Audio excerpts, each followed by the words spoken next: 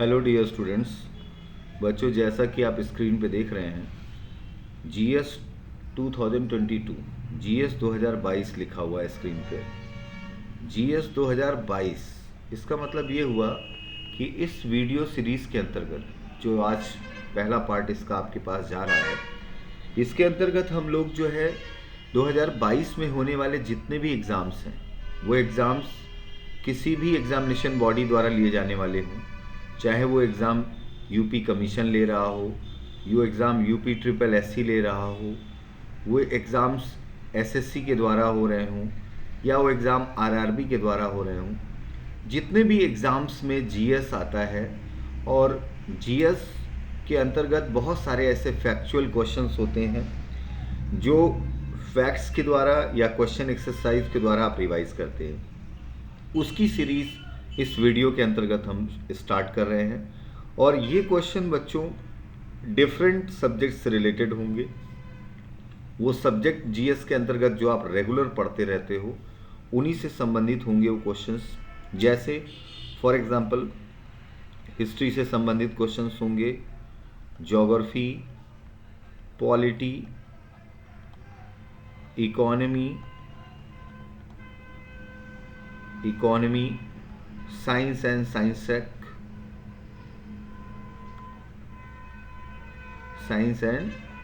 Take, current affairs और miscellaneous. तो ये जीएस के जो क्वेश्चंस और जो फैक्ट्स हम लोग इसके अंतर्गत डिस्कस करेंगे उसमें हिस्ट्री से होंगे, ज्योग्राफी से होंगे, पॉलिटी से होंगे, economy, science and science tech से होंगे, करंट अफेयर्स से रिलेटेड क्वेश्चन होंगे और मिसलेनियस होंगे। क्वेश्चंस भी होंगे, इंपॉर्टेंट फैक्ट्स भी होंगे और उसको इस वीडियो सीरीज़ के अंतर्गत हम लोग लेकर चलेंगे जो डेली आपके ग्रुप में सेंड किए जाएंगे।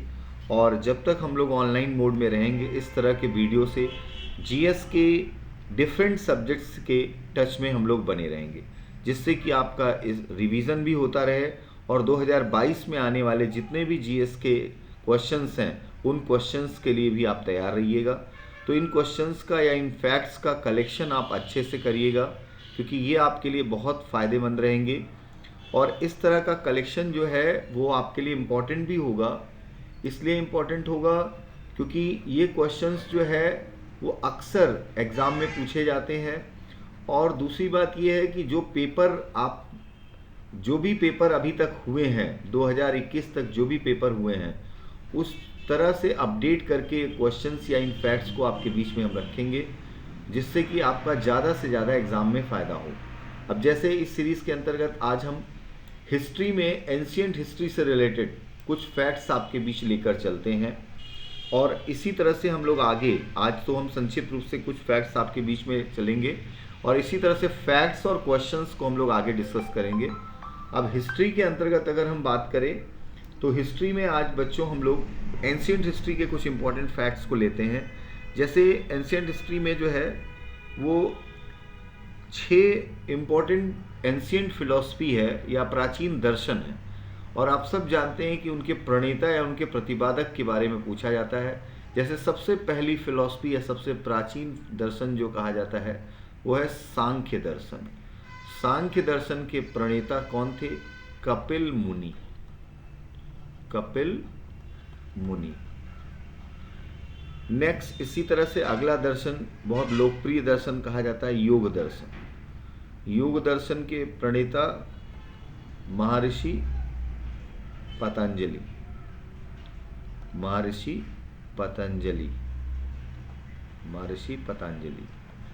नेक्स्ट, इसी तरह से अगला दर्शन है न्याय दर्शन। न्याय दर्शन के प्रणेता या प्रतिपादक महर्षि गौतम।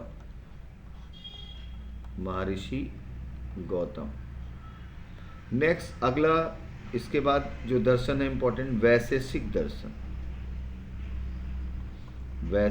दर्शन। न्याय व वैशेषिक साथ में बोला भी जाता है। ऋषि कणाद इसके प्रतिपादक है ऋषि कणाद। नेक्स्ट, मीमांसा दर्शन। मीमांसा दर्शन के प्रतिपादक जो है महर्षि जैमिनी, महर्षि जैमिनी। ये आप लिख भी सकते हैं, स्क्रीनशॉट ले सकते हैं इसका। नेक्स्ट वेदांत दर्शन, ऋषि वादरायण, इसके प्रतिपादक है ऋषि वादरायण, ऋषि वादरायण। तो ये वो हमारे 6 प्राचीन दर्शन हैं जिनके प्रतिपादक अक्सर पूछे जाते हैं एग्जाम्स में। अब इसी तरह से हम लोग अगर देखें बच्चों, तो वैदिक कालीन नदियों के जो आधुनिक नाम है उन पर भी क्वेश्चन पूछा जाता है। तो हम ये इस तरफ हमने देखा दर्शन या फिलॉसफी, प्राचीन दर्शन या फिलॉसफी, और इधर हम देख रहे हैं वैदिक कालीन नदियाँ, वैदिक कालीन नदियाँ, वैदिक कालीन नदी। तो कुछ नदियां हैं जो उस समय जो है किस नाम से जानी जाती थी और आज वो नाम बदल गए। जैसे सबसे पहला नाम है अस्किनी। अस्किनी नदी वैदिक काल में जो थी उसको आज वर्तमान में चिनाव के नाम से जानते हैं। चिनाव नदी, जिस पर बहुत सारे हाइड्रो पावर प्रोजेक्ट बने हुए हैं, चिनाव नदी। इसी तरह से उस समय जो है वैदिक काल में सतुद्री नदी आज वो सतलज नदी के या सतलुज नदी के नाम से जानी जाती है, सतलज या सतुद्री नदी के नाम से जानी जाती है। इसी तरह से वितस्ता नदी, नेक्स्ट अगली इंपॉर्टेंट रिवर है वितस्ता। वितस्ता नदी आज झेलम के नाम से जानी जाती है। तो ये पूछा जाता है कि झेलम नदी को वैदिक काल में क्या कहते थे? वितस्ता कहते थे। नेक्स्ट इसी तरह से विपासा नदी, विपासा नदी को इस समय वर्तमान में व्यास नदी के नाम से जाना जाता है, व्यास नदी के नाम से जाना जाता है। इसी तरह से बच्चों अगर हम अगली इंपॉर्टेंट नदी देखें तो परुष्णी नदी, वैदिक काल में परुष्णी नदी, परुष्णी नदी को इस समय रावी नदी के नाम से जाना जाता है। रावी नदी जो है वैदिक काल में परुष्णी नदी कही जाती थी। इसी प्रकार से अगर हम देखें तो सदानीरा नाम से एक नदी है, सदानीरा, सदानीरा मतलब ऐसी नदी जिसमें हमेशा पानी रहे, सदानीरा। वर्तमान में इसको हम लोग गंडक नाम से जानते हैं, सदानीरा को गंडक नाम से जानते हैं। नेक्स्ट अगली नदी है इसके बाद जो इम्पोर्टेंट, वो गोमल नदी के नाम से वैदिक काल में जानी जाती थी, जो अब गोमती नदी के नाम से जानी जाती है, गोमती नदी के नाम से जानी जाती है। इसी तरह से नेक्स्ट जो है एक और इम्पोर्टेंट नदी है जिसको सुरसती नाम कहा जाता था, सुरसती या नदी तमा कहते थे, सुरसदी या नदी तमा कहते थे। इसको अभी सरस्वती के नाम से जाने जाते हैं, हालांकि ये गुप्त नदी मानी जाती है, सरस्वती के नाम से जानी जाती है।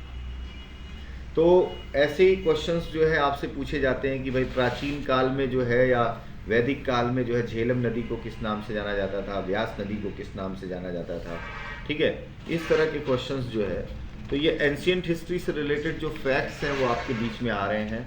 इससे रिलेटेड जो फैक्ट्स हैं, जैसे एंशिएंट हिस्ट्री में आपने इस तरह से एक और फैक्चुअल चीज़ अगर हम देखें तो प्राचीन इतिहास में जो है वो जो हमारे महाजनपद थे, उन महाजनपदों को जो है बोला जाता है कि भाई महाजनपद को की राजधानी कहाँ थी, वर्तमान में ये क्षेत्र कहाँ पे है। आप जानते हैं कि 6ठी शताब्दी ईसा पूर्व में, 6th सेंचुरी BC से में जो है अगर हम देखें तो 6ठी शताब्दी ईसा पूर्व में BC में 16 महाजनपदों की बात की गई। 16 महाजनपद, महाजनपद मतलब एक तरह से वो राज्य थे, स्टेट थे, ठीक है। 16 महाजनपद की बात की गई है और इनके महाजनपदों में अक्सर जो है वो इनको लेकर क्वेश्चन पूछा जाता है कि इनकी राजधानी कहाँ थी। तो अब जैसे फॉर एग्जांपल हम लोग देखें जल्दी से इनके अंतर्गत, तो पहला महाजनपद जो है अंग महाजनपद, जिसकी राजधानी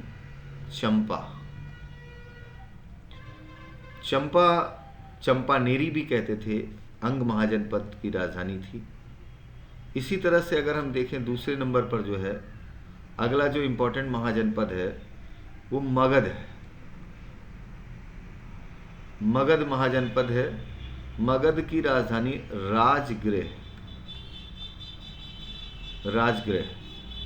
नेक्स्ट इसी तरह से अगर हम तीसरे नंबर पे आए तो तीसरे नंबर पे अगर हम देखेंगे अभी तीसरा जो महाजनपद है उसके अंतर्गत आते हैं हम लोग। तो तीसरा महाजनपद जो है वो वज्जी महाजनपद है।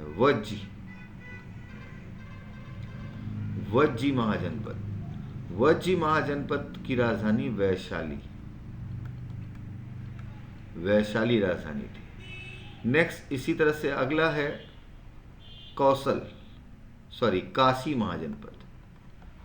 काशी महाजनपद की राजधानी वाराणसी।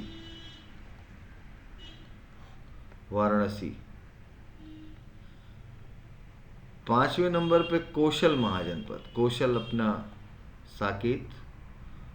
महाजनपद जिसकी राजधानी साकेतपुरी यानी अयोध्या साकेत।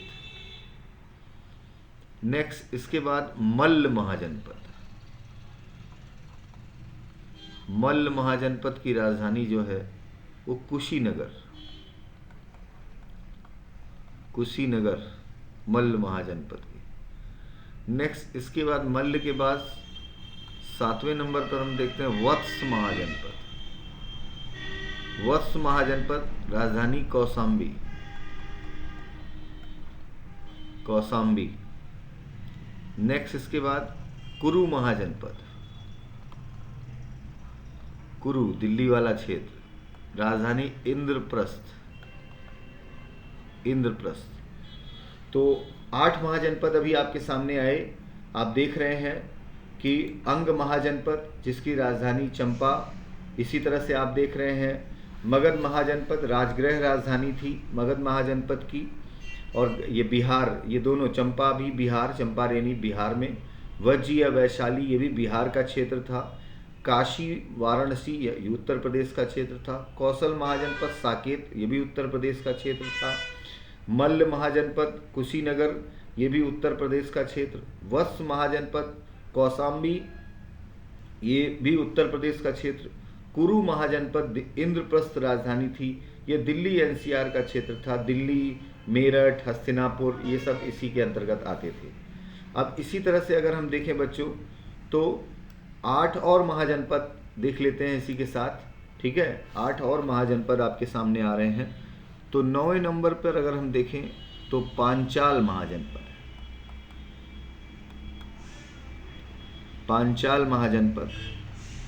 महाजनपद की जो राजधानी थी वो काम्पिल या अहि क्षेत्र, 2 नाम जाने जाते हैं, काम्पिल या अहि क्षेत्र।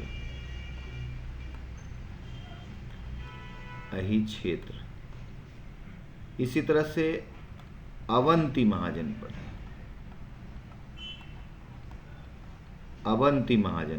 इसकी राजधानी उज्जैन,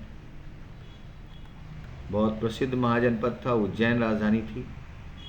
इसके बाद अगर हम देखें अगला महाजनपद है सूरसेन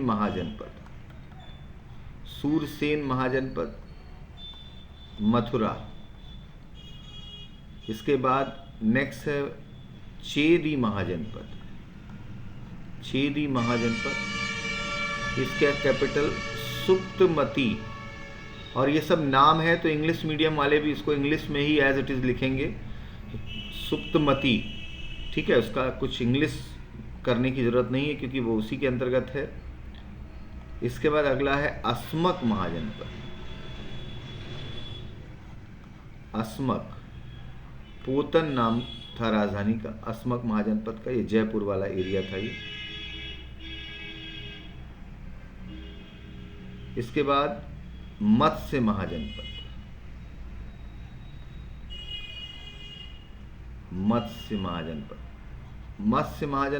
ये जयपुर वाला एरिया था, विराटनगर। विराटनगर। नेक्स्ट कंबोज महाजनपद, कंबोज महाजनपद, राजपुर, रजौरी जम्मू कश्मीर, राजपुर रजौरी जम्मू कश्मीर वाला एरिया। और 16 नंबर पे गांधार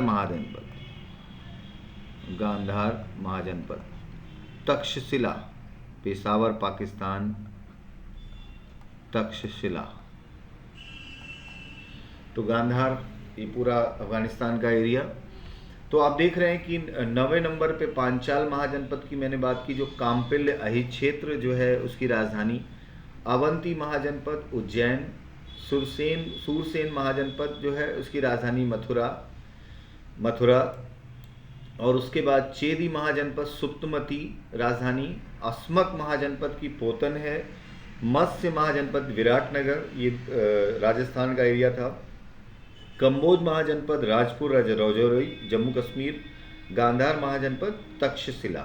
तो ये हमारे प्राचीन काल में जो है 16 महाजनपद थे बच्चों, जो आपके लिए बहुत इम्पॉर्टेंट है क्वेश्चन पॉइंट ऑफ व्यू से अगर देखा जाए तो इनसे भी क्वेश्चंस जो है पूछे जाते हैं।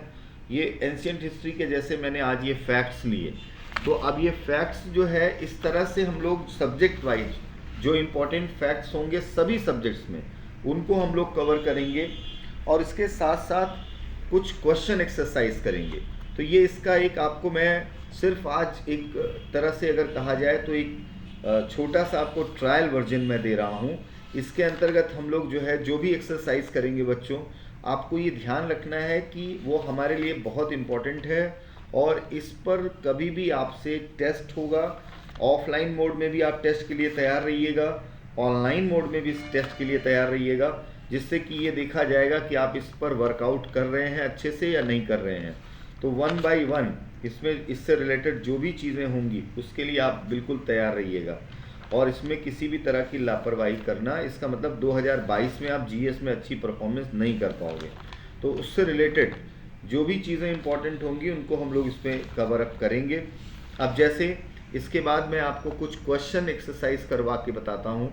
इसमें हम लोग, ये तो फैक्ट्स हो गए, अब क्वेश्चन एक्सरसाइज भी हम लोग इसके अंतर्गत करेंगे और वो क्वेश्चंस जो है जो आपके लिए इम्पोर्टेंट हो सकते हैं, ठीक है, उसमें हम लोग जो है इसके अंतर्गत आएंगे कि हाँ भाई ये क्वेश्चंस जो है 2022 में आने वाले एग्ज़ाम्स के लिए आपके लिए इम्पोर्टेंट हो सकते हैं। तो उसके तहत जो है जो भी इम्पोर्टेंट क्वेश्चन होंगे वो इसके तहत डिस्कस किया जाएगा और ये कोशिश की जाएगी कि इन क्वेश्चंस के लिए आप बिल्कुल तैयार रहिए और इसमें जो है फैक्ट्स के साथ साथ जो कॉन्सेप्चुअल क्वेश्चन होंगे उनको भी हम लोग डिस्कस करेंगे। उसके अंतर्गत भी हम लोग जो भी इम्पोर्टेंट चीज़ें होंगी उनको डिस्कस किया जाएगा, ठीक है। तो फिलहाल अभी जो है अगर हम देखें कि कुछ क्वेश्चंस हम लोग करें, ठीक है, तो अब जैसे फॉर एग्जांपल क्वेश्चंस के अंतर्गत आते हैं हम लोग मिसलेनियस क्वेश्चन के रूप में हम कुछ क्वेश्चन एक्सरसाइज कराते हैं। तो जैसे आपका आज इसके मिसलेनियस क्वेश्चन के अंतर्गत अगर हम देखें तो पहला क्वेश्चन हम लोग देखते हैं कि नीति आयोग, नीति कमीशन या नीति आयोग का उपाध्यक्ष कौन है? Deputy chairman of NITI Aayog. NITI Aayog का उपाध्यक्ष कौन है? राजीव कुमार। अध्यक्ष कौन है? प्रधानमंत्री हैं। उपाध्यक्ष कौन है? राजीव कुमार है। और इसका एक पोस्ट और इम्पोर्टेंट है, सीईओ। सीईओ है Amitabh Kant, chief educative officer Amitabh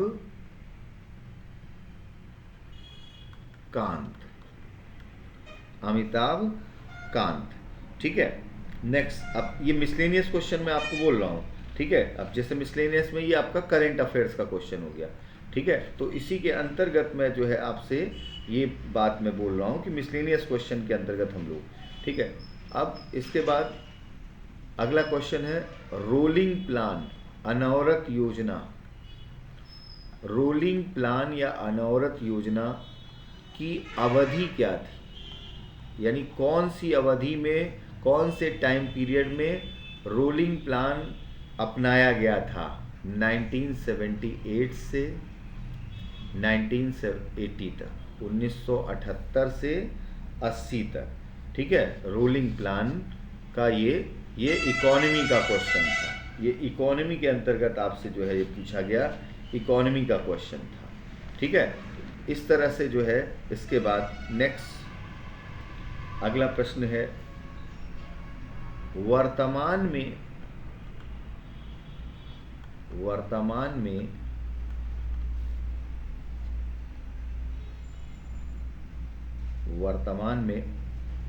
ऊर्जा मंत्री कौन है? ऊर्जा मंत्री कौन है? वर्तमान में ऊर्जा मंत्री कौन है? भारत सरकार का ऊर्जा मंत्री आर.के. सिंह, एनर्जी मिनिस्टर या आर.के. सिंह ऊर्जा मंत्री है। ठीक है, नेक्स्ट क्वेश्चन इसके बाद आते हैं। अगला जो है, अगला प्रश्न जो है, आत्मनिर्भर भारत योजना, आत्मनिर्भर भारत योजना, आत्मनिर्भर भारत योजना किस तिथि को प्रारंभ हुई? किस डेट को प्रारंभ हुई? आत्मनिर्भर भारत योजना 12 मई 2020, 12 मई 2020 आत्मनिर्भर भारत योजना किस तिथि को प्रारंभ हुई? ठीक है, इसी तरह से नेक्स्ट एक और क्वेश्चन हम लोग करते हैं। विश्व हिंदी दिवस, वर्ल्ड हिंदी डे, विश्व हिंदी दिवस किस तिथि को मनाया जाता है? 10 जनवरी। ठीक है, 10 जनवरी। तो इस तरह से बच्चों हम लोग यहाँ पे क्वेश्चन एक्सरसाइज करेंगे, और जहाँ पर उस क्वेश्चन से रिलेटेड कुछ इंपॉर्टेंट बातें होंगी उसको भी हम लोग इसके अंतर्गत डिस्कस करेंगे। जैसे कि मैंने आपको 5 क्वेश्चंस बोले, ये क्वेश्चन आंसर जो है, तो ये question answer miscellaneous question answer भी होंगे, और इस तरह के क्वेश्चन आंसर किसी सब्जेक्ट से रिलेटेड भी होंगे। जैसे कि हमने कहा हिस्ट्री से रिलेटेड आज क्वेश्चन एक्सरसाइज करेंगे, आज ज्योग्राफी से रिलेटेड क्वेश्चन एक्सरसाइज करेंगे, तो ये क्रम भी इसके अंतर्गत होगा। तो इसी का पहला ये वीडियो है जिसमें सिर्फ आपको ये बताने के लिए कि आज हम लोग फैक्ट्स और क्वेश्चंस को लेकर चलेंगे, और ये वीडियो सभी बैच के स्टूडेंट्स को प्रोवाइड किए जाएंगे, और सभी को अनिवार्य रूप से इसको तैयार करना है बच्चों। इसमें आप ध्यान रखिएगा, इसके जो क्वेश्चंस होंगे, इन क्वेश्चंस के बेसिस पर आपको, इनके क्वेश्चंस के बेसिस पर सबसे पहले तो ये ध्यान रखना है कि ऑफलाइन टेस्ट होगा, ऑफलाइन टेस्ट जो इसी वीडियो से पूछा जाएगा, और इसमें जो है ऑफलाइन टेस्ट जो होंगे इसके आधार पर, ऑफलाइन टेस्ट मतलब आपको क्लास में बुलाकर टेस्ट लिया जाएगा, और इसमें जो है मैं बता दूं कि इस वीडियो के आधार पर जो टेस्ट होगा उसमें जो फर्स्ट रैंक जिसकी होगी, फर्स्ट रैंक वाले को इसके आधार पर जो है एक बड़ा पुरस्कार दिया जाएगा, 2100 रुपये का पुरस्कार दिया जाएगा, 2100 रुपये का। ठीक है, सेकेंड रैंक वाले को जो है वो 1100 रुपये का पुरस्कार दिया जाएगा, 1100 का पुरस्कार दिया जाएगा, और थर्ड रैंक वाले को जो है 500 रुपये का पुरस्कार दिया जाएगा। इसके अलावा कई सारे कैंडिडेट्स को जो है वो 100 रुपीज़ के पुरस्कार जो है वो कई सारे कैंडिडेट्स को जो है ऐसे दिए जाएंगे। ठीक है, कई सारे कैंडिडेट्स को जो उनकी परफॉर्मेंस के आधार पे, और ये सारे क्वेश्चंस इस वीडियो सीरीज़ के आधार पर रहेंगे जो आपको ऑनलाइन के दौरान प्रोवाइड किए जाएंगे। इसलिए एक भी क्वेश्चन मैं बाहर से नहीं पूछूंगा, लेकिन डायरेक्ट या इनडायरेक्ट इसी वीडियो पर आधारित होंगे। जो हो सकता है मैंने वहाँ पर स्क्रीन पर लिखा हो सकता है ना भी लिखा हो, इसलिए इस बात को आप ध्यान रखिएगा कि इसमें आप अच्छा करने की कोशिश करिएगा। और इसके साथ साथ मैं इस बात की आपको पूरी तरह से इस बात के लिए आश्वस्त करता हूं कि इस वीडियो सीरीज में जो क्वेश्चन होंगे वो 2022 में आने वाले सभी जीएस के एग्ज़ाम के लिए इम्पॉर्टेंट होंगे। तो नेक्स्ट वीडियो कल आपको प्रोवाइड किया जाएगा, उसके लिए आप वेट करिएगा, और वो टाइम पीरियड भी उसका ज़्यादा होगा। अभी ये शॉर्ट वीडियो आपके लिए हमने बनाया हुआ था जिससे कि आपको मैं इन्फॉर्म कर सकूं। ओके बच्चों, थैंक यू।